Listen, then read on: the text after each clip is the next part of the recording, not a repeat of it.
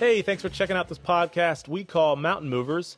I'm John Zwart, a marketing director, and I'm with my co-host Brett Bowes, who is the president of WKW Associates, one of the leading manufacturer rep companies in the massive telecom and broadband industry. This podcast is all about talking with leaders who are considered mountain movers in their particular industry. On this episode, we have with us Chris Labonge. Chris is what you would describe as a serial entrepreneur. Now, what that is someone who is an entrepreneur many times over. But what's great about Chris is that although he has a lot going on and he's successful at the different ventures that he takes on, whether it be real estate, a distillery, he's still able to focus on the core of his fiber telecom business. After having recently met Chris, I would describe Chris's business mentality like that of a small game hunter. Now, that's not meant to be an insult, when you compare big game hunting to small game hunting. It's actually quite the opposite. It's a compliment. Because oftentimes, big game hunters are going to talk about the one that got away. They're going to reminisce on the big one that got away. And that can hinder them. But a small game hunter, when they go out, they're going to miss. And they're going to miss perhaps many times, but they still going to come away with their limit. And that's what I would describe Chris as. He is able to focus on what's next rather than the disappointment. So on this second episode of Mountain Movers, we'll discuss the different events that Chris has faced in his business ventures. We'll hit on some successes, some letdowns and disappointments. And he talks a bit about what he thinks the future of fiber and wireless will be at. And at the end, we'll touch on a unique business that he has started.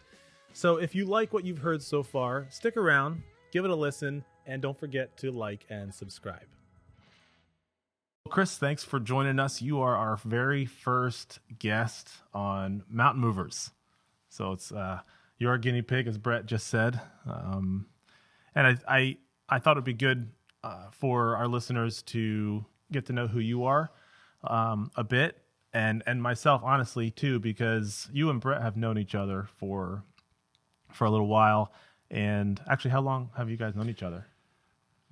We moved into our neighborhood in 2007, and Chris and I were connected within a year or two in a fantasy football league. Mm-hmm. Right? Oh, nice. Within the neighborhoods. And who won that year? It wasn't me. Yeah. Neither one of you guys. It was probably Jerry and Nikki. They were pretty serious. I think so. Yeah. You didn't get last, though, did you? I don't think so. Okay. There's a good shot I might have been. Did you guys do any punishments for your fantasy football? I don't think we did. For it was just place? a trophy, Yeah. I think. Yeah. I was down at an Eagles-Dallas game back in 2017, the year that the Eagles won.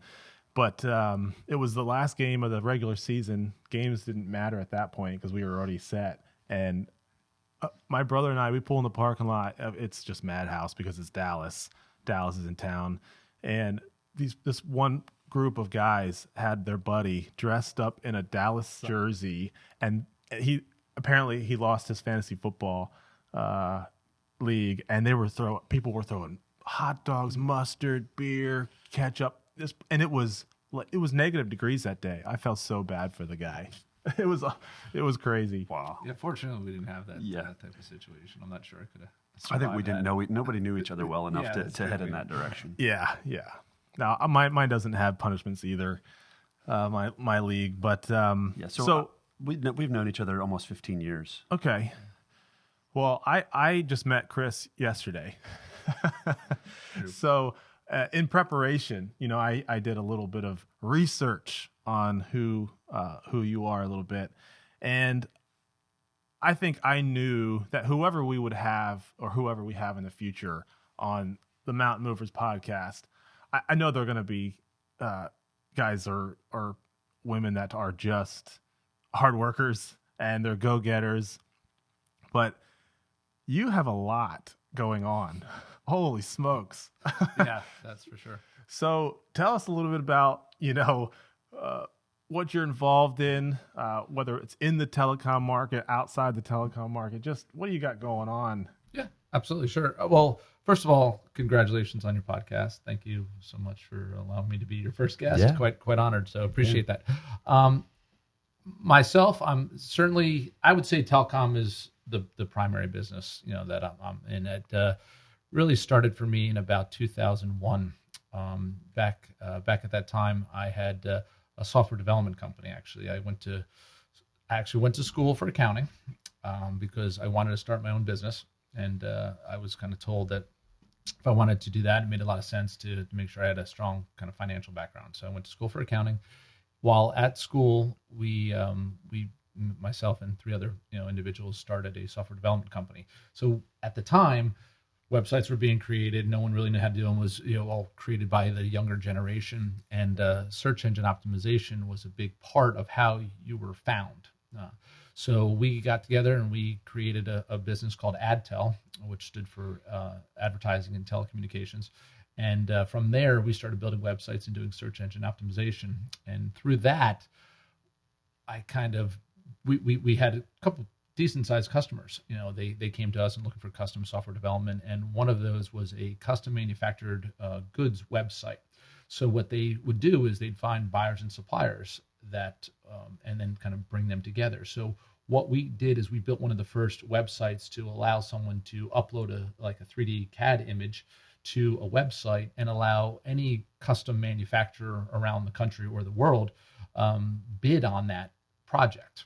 So we were in college, and this was a project that we bid about $30,000 and told them it would take about 3 months to do. And we actually really came up with the core concepts of how the site would work. And through that process, after about 3 months, we released it. And about I'd say about 3 weeks later, he got an offer for like $3 million for the website. So we quickly said, "Wow, this is amazing, and maybe we should start our own websites rather than continuing to make them for other individuals." So that's kind of how we launched into, or I launched my first entrepreneurial experience. And from there, I knew, as I just mentioned, that I wanted to kind of have my own website, get into my own business. And at the time, there were three kind of emerging areas.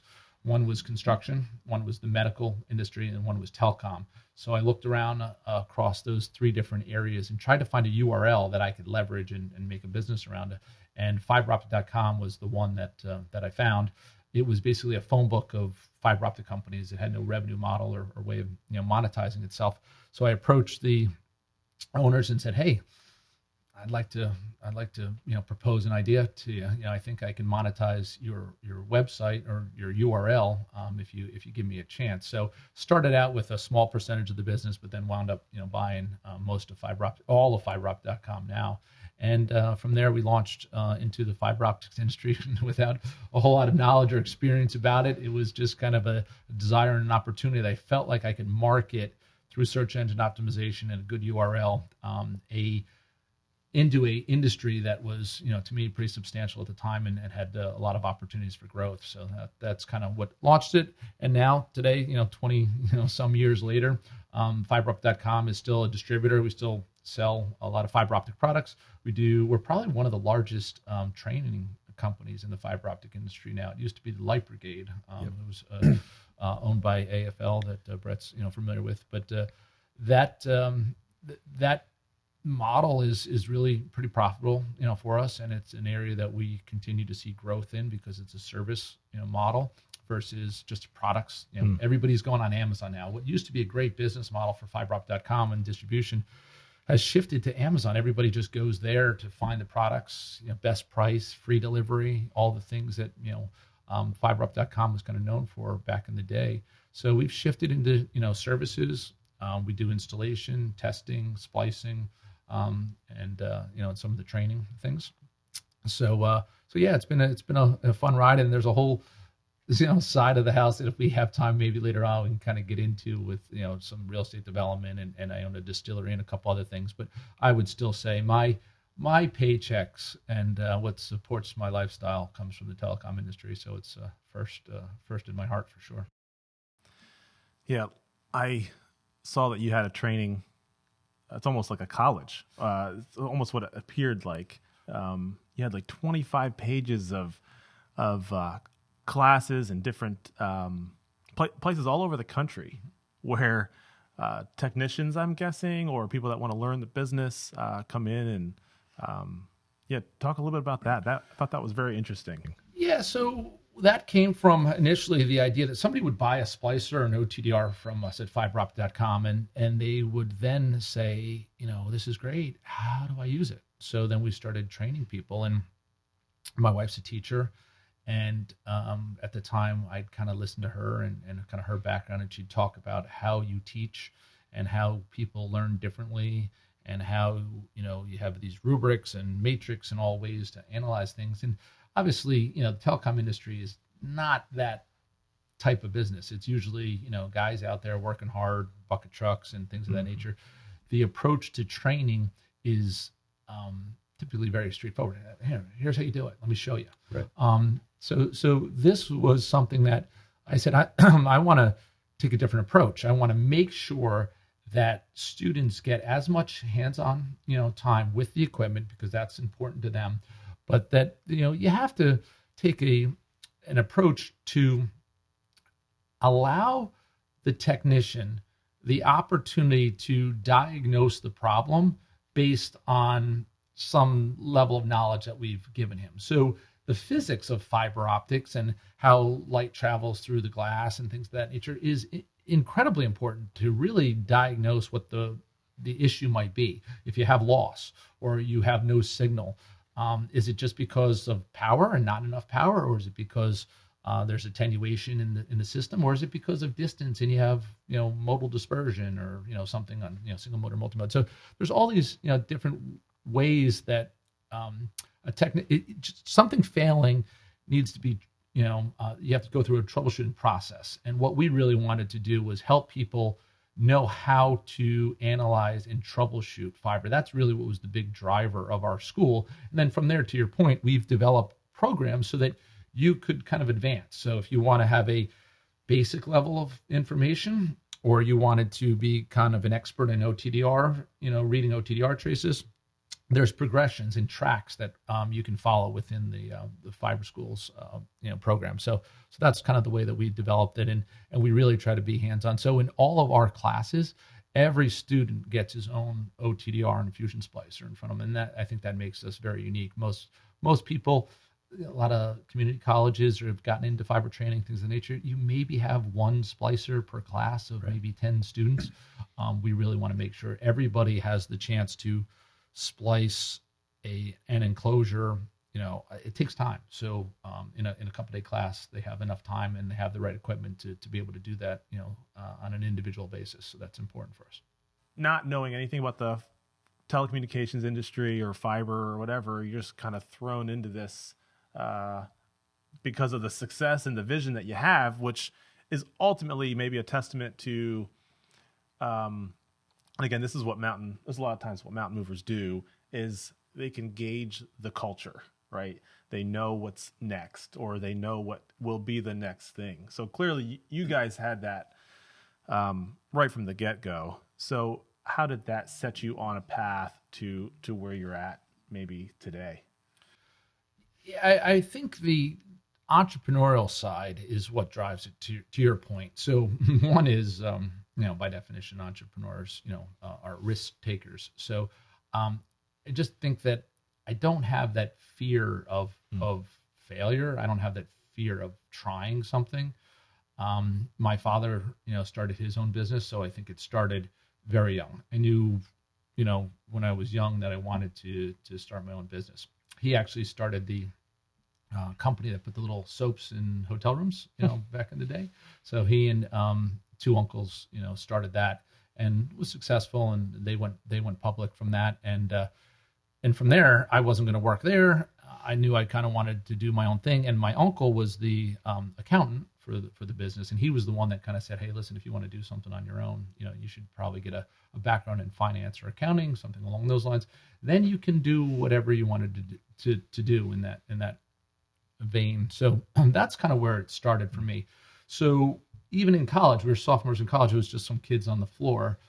For us to try to get into the website development business, we're just, weren't afraid to give it a shot. And at the time when you're in college, what prevents a lot of entrepreneurs from doing things is once you get to a certain level of comfort, then the risk reward balance changes, right? So when you're a student in college and your parents, essentially paid the dorm, for the semester, what is my risk? I'm not going to be homeless. I'm not going to, have any major problems. I'm there around people who are learning and in that environment. So it was really pretty natural and pretty easy for us to take that step at that time, because there was potential, good amount of potential upside, but not a whole lot of risk. Now, taking the same steps today, getting into a business where, as I mentioned earlier, I started the distillery a couple of years ago, where you have substantial capital, to invest, and now you have, years, potentially to try to get a payback or a return on your investment. That's a little different, equation. So I think that entrepreneurs have to have that mentality and not be afraid to take risks. But also, like you said, I think the risk calculations do change as you mature, or your lifestyle changes, things of that nature. So my catalyst was actually inspiration from my father and my uncles and things of that nature. And then from there, my general attitude for things is, hey, let's give it a shot. So there was never any intention on your part of becoming an accountant. It was more of just guidance that you had received to say, hey, if you're going to start a business, if this is the path you're going to head down, financial background, accounting background will help you immensely over, say, a marketing degree or something like Absolutely. that. Yeah, that's correct. Yeah. I didn't go, I didn't sit and, I didn't become a CPA. Yep. I had no, intentions of that. Okay. It was purely the background, being able to read, financial statements, and internal controls, to kind of make sure that you've got checks and balances in place when running a business, things of that nature. So about what year was that when you approached that company about monetizing their URL? So that was about 2000. So Okay. we had we were in, like I said, in college. Right towards the end of that, we had the opportunity with the manufacturing company. The individual who owned it actually was out of D.C., and he actually got very, very ill. He had colon cancer. So I approached him, and there was a lot of interest. And then he actually went and kind of took a downturn for a bit, and it didn't work out, and he passed. And after that, his wife reached out to me and said, hey, I want to revisit that. Rob was his name, always wanted fiberoptic.com to be something.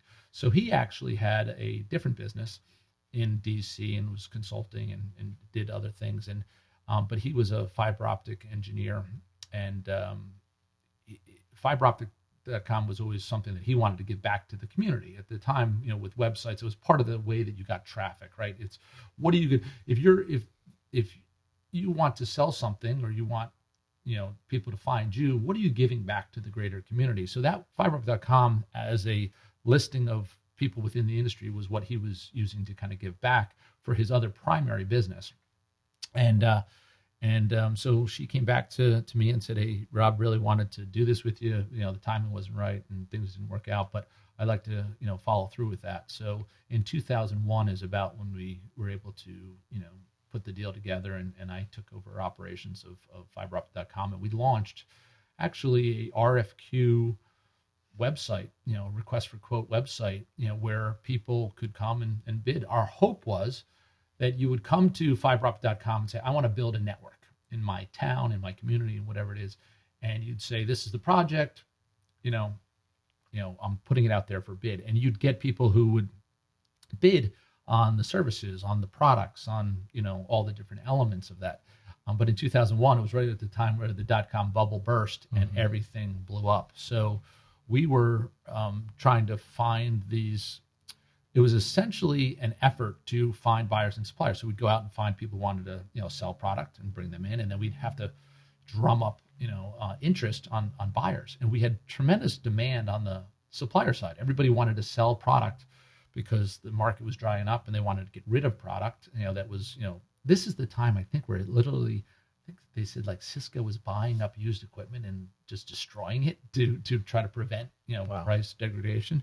So, so we had a ton of suppliers who wanted to sell us product or help them sell their product, and no buyers. So what we started doing was saying, well, at what rate do you really need to get rid of this? And some people were pretty desperate. These were very, very large, companies, at the time, and they were selling fusion splicers that they just bought for probably $30,000. I don't know, a year or two earlier. They were selling them to us for $1,000. So Wow. we had so much, so much potential upside that we were buying them for $1,000, refurbishing them, reselling them for probably about $5,000. And that was still at the time, I think they were going for about 20 at the time. So there was a little bit of, degradation in price at the point, but still we were so much cheaper than buying a new product that there was tremendous upside. But yeah, we were making 400% margins. Yeah. So that's really what funded the growth of fiberoptic.com. Yeah. Initially was really, I had a couple people that I knew that had basically like 500 fusion splicers. Wow. And we were buying them and then refurbishing them and selling them. And that's how I typically say we bootstrapped the business, was, just by, every splicer we sold, went towards, growing the business. And then from there we had to try to create relationships with manufacturers for new product. Because I always knew that there was a limited window for that gray market, is what they were calling it, or the new manufacturers were calling it. And the supply would eventually run out. So we used that to fund the business, but then tried to, really create some relationships with manufacturers to distribute products new. In the world that we live, where we see mergers and acquisitions all the time, has there been an opportunity for you with the website? I mean, figure you've got a tremendous name in our industry as far as fiberoptic.com, fiberoptics.com. Has there been a time where you were approached about a purchase of that URL and ultimately that business that you've created? Absolutely. Actually, there's been probably a couple over time. Very similar to the situation with the RFQ, in the manufacturing industry. One of our largest competitors, right out of the gate, probably offered us, I think he offered me $2 million for fiberoptic.com within probably 12 months of opening the business. Probably at the time I should have taken it. There was a feeling that URLs had tremendous value at the time.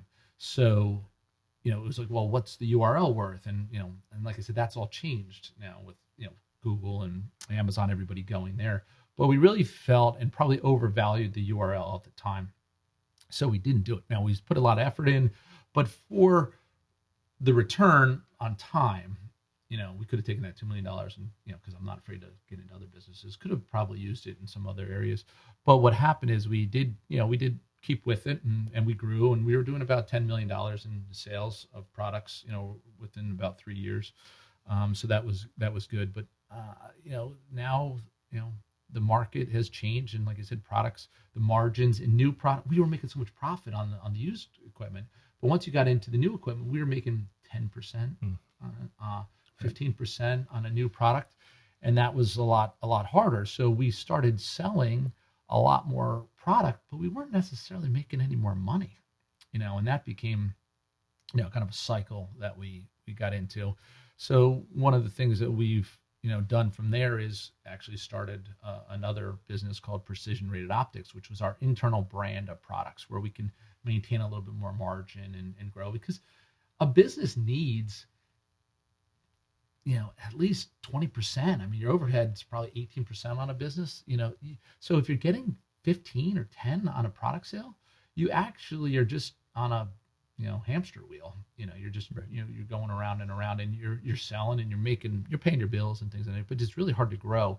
You need, in my opinion, you need recurring revenue and you need decent margins to kind of get over that hump. And that's what we've always kind of, tried to shift to. So we've, like I said, we still do product sales because customers need it. It fills a void and it's helpful, but the training's more profitable. The private label products are a little bit more profitable. So that's been really the essence of what allows us to continue to grow and be successful. And then another time we actually were approached by a gentleman to buy kind of the group of businesses we had at the time, which was AdTel, which is our, which actually shifted into AdTel integration, actually shifted into our services business, where we'd go out and splice and test and do that. So we also probably do more like fiber characterization than anybody else in the country. We do it for Fujitsu and some of the major equipment providers out there. So so our services business, which was AdTel integration, Precision Rated Optics, which was our OEM manufacturer, and then fiberoptic.com, which was our distribution. And we had somebody come by and who actually wanted to take all of the municipal fiber networks that were being built and the money that was being spent on them, but really being managed by people who didn't have IT backgrounds. They wanted to go around and buy up all of those municipal networks that were underperforming, and they needed somebody who can go and train technicians. Once they bought or acquired a network, go on site, train the technicians, figure out what products they need, bring them in, and then install them. So because we had the equipment, we had the ability to get all the other products at a decent price through the distribution company, and because we had the consulting and the training business, we were a pretty good, partner that could fill a number of voids, for them. And they were actually supposed to raise $1 billion to acquire, networks, kind of a funding source out of DC. And 3 days before, that deal was supposed to go through, they kind of backed out. And at the time, we had ramped up. We had a number of trucks, splicing and testing for in New York City. So that was something that was, very helpful, to us. But as we got to that point, we really got stuck because we had all this growth and all this expansion, and then, we expecting this merger, and it didn't go through. So we certainly had to lick our wounds for a while because we invested, millions into trucks, bucket trucks, splicers, equipment, and then that kind of all expired quickly. So it's one of those things, risk reward. Again, back to that whole idea. If we weren't ready to follow through, we would have never even gotten that far. But it's still not done until it's done. There were some challenges there, and I think the problem is all the money that they were promised didn't come through, and I think some of the municipal networks were giving them more of a challenge to giving up the networks. So it just wasn't moving as quickly as they had hoped. So things didn't work out. But again, so that created a 1 year of pretty tight, cash crunch. And we had to, I think I had like 60 people at the time, and we scaled way back to our core businesses. Again, where was the high profit margin business? And from there, hunkered down and stabilized and again, are doing, well today because you have to focus on those core businesses that have the return for you. I think the last episode we were talking a little bit about focus, right? Yeah. Just how a huge company like Blockbuster just totally lost sight of what was next. What would you say now is, what is next for the telecom market? What do you think is next for, this industry? Yeah, I think the things that we see, obviously, everybody tells us wireless is, going to kill fiber and fiber's dead. And everybody thinks fiber's an old technology at this point. And I don't think people realize that the amount of fiber that's going to go in the ground or be deployed over the next, 10 years, 5 years, even we'll have a lot. But the autonomous vehicles and the amount of information that's going to really be transmitted in the near future, all of that requires fiber. I mean, wireless is a great technology, and it'll always be the best for, simplicity. But at the end of the day, you need those pico sites or microsites along those roads to allow those autonomous vehicles to navigate and do the things that they need to do. And wireless, because the medium is air, is just doesn't propagate that well. It's not that efficient. So the more bandwidth you want in an area, you have to get the bandwidth close to the point of the access point via fiber. Copper is what's being taken out of the system, but more and more fiber is going out there to these access points so that you can get these the wireless connections that you want on basically every street corner. So we just finished a project for Pennsylvania Turnpike for a big national contractor that has a contract to run it from the Delaware River to Harrisburg, and then from Plymouth Meeting up to Scranton. And that is really all for autonomous vehicles. It's a major, major project. Now, Easy Pass is another reason that they're doing it. Connect that. But they did claim that the autonomous vehicles is a big reason for that. So I think fiber's got a tremendous future. I think you're going to need more and more people who know how to work with fiber. So I think it's great. For me personally, one of the things we always wanted to do, and one of my partners in the business, Sonny Hunt, we always wanted to have a fiber network. We wanted to be an operator at some level. And we've toyed with that. The one company that was looking to acquire us, one of the reasons we were interested in it is we were going to be kind of folded in with them, and they would be a network operator. Those remember I talked about recurring revenues and things of that nature. The recurring revenues of an operator, are amazing. And I think that's something that we'd really like. And if we could chase any idea that's new to us, but still within the industry, we would love to take fiberoptic.com, because we just mentioned that I own fiberoptic.com and fiberoptics.com. And fiberoptics.com, we're trying to continue to have some product sales on. We'd love to have fiberoptic.com in the future be some sort of ISP for either a region or even, as things change and you have all these VPNs and ways of kind of connecting networks, SD-WAN is a virtual networking, technology. We'd love to have communities, large communities, bring us on as the operator for that community. Texas is the ideal target. They have housing developments of 20, 30,000 homes. I mean, the size of, we're in Quakertown here, it's 8,000, I think. So you have a single developments, twice the size of our entire town, that owners or developers there, I don't think understand the value of fiber, and they could be the service provider for that community because it's private. So that's one of the things that we played with, and we'd still like to see if we can figure out a way to take fiberoptic.com and be a service provider, in a almost a hodgepodge type of, concept where, a couple communities here, a couple communities there. And then, the backbone, we can go to Zayo, or we can go to a number of different providers and get backbone between those points. But the number of the value per end user in the industry continues to grow. And you look at some of the last models of Altice and others who have bought into networks. The digital rights to have access to somebody, I mean, it's $5,000 a user. So if you can get X number of homes, that multiplies, pretty nicely. Yeah, it costs some money to put in, but we've actually proposed, developers having a piece of that pie, a revenue stream, like 10% or revenue or kickback or something like that.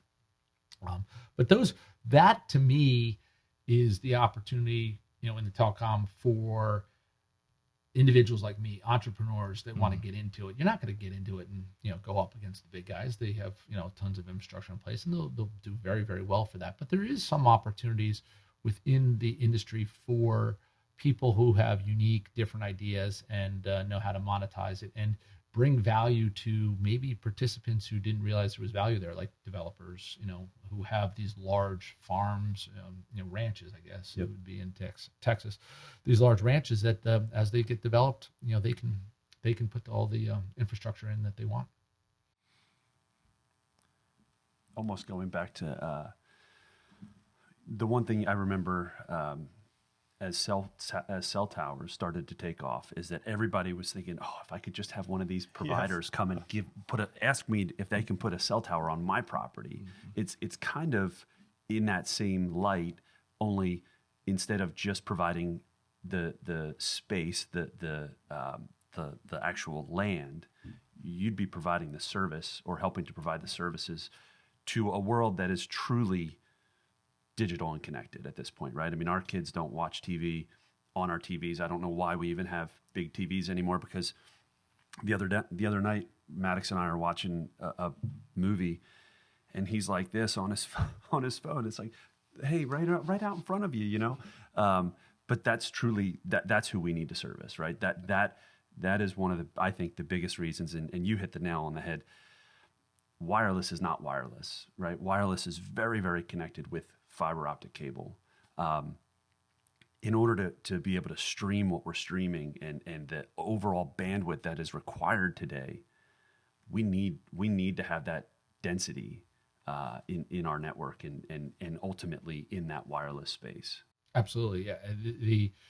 I'm the same way. We moved, we stayed in town, but we moved houses last summer, and I still have TVs I haven't hung on the wall. To your point, right. It's like, well, because the kids don't use them, so they got all these other devices. So, yeah, I completely agree, and that is exactly right, and the analogy is correct. I think that there's an opportunity to get into some of these spaces and provide these services, and because everything is IP based, when we first wanted to look at doing a fiber to the home play, and we looked at underserviced markets in Pennsylvania, because there was the rural broadband stimulus funds that were available years ago, where the government would give you like a 5 times your money. If you invested $1 million, they'd match it with $5 million to build out to these rural communities, and that was an interesting opportunity. We looked at it back then, but it was just too complicated, because back then you still had TV coming over RF,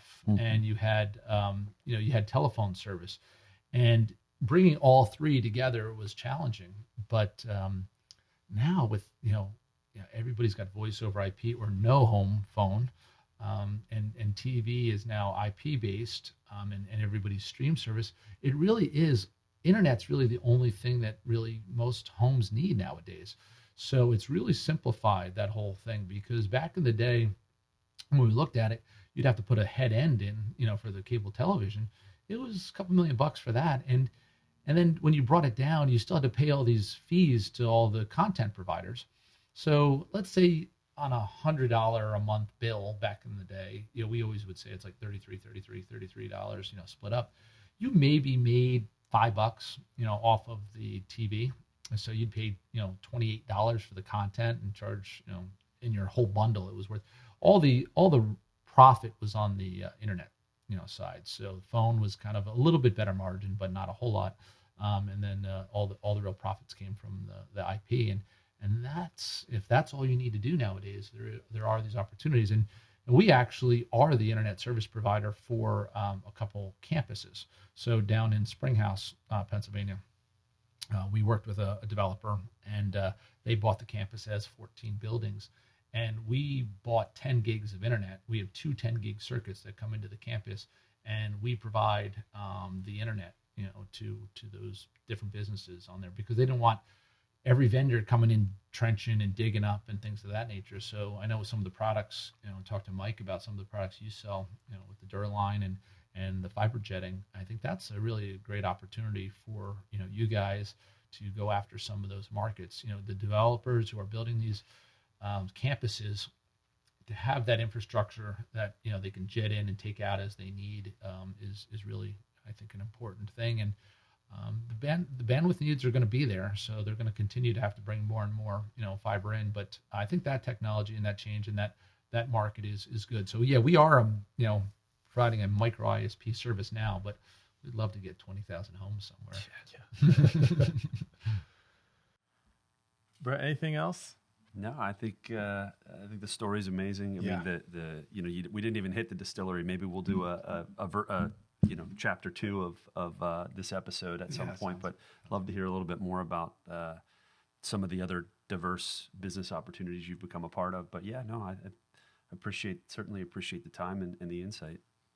Well, let's close this way. If you could have a historical figure or anyone at your distillery to have a drink with, who would you want? Put you on the spot here. Gotcha. So it would have to be back in one of the founding father type time frames, only because when you get into the distillery story, it's called Doan Distillery, and it's based around a family who lived in this general area in Bucks County in 1776. And actually the band of Quaker brothers spied on Washington and some of the other leaders of our country back in the day. So I think, probably one of the Doane gang members, Moses Doane is the most famous Doane gang member, or one of his, kind of counterparts, or one of the, probably one of the founding fathers kind of that time. I'm a huge fan of history. That's one of the reasons we went back and used the Doane gang as the name for the distillery. That time period is one of my favorite to kind of study. So, so I'd say probably Moses Doane, just to kind of tie in. If it's coming to the distillery, it would have to be Moses Doane. It is our most popular cocktail on the menu as well. Nice. It is named after him. It's an old fashioned, is really what it is, but we call our old fashioned the Moses Doane. Very cool. Well, Chris, thanks for hanging out with us this morning. I know we got to get back to work for the day, but I appreciate you coming on today. Yeah, thank you so much. I appreciate it.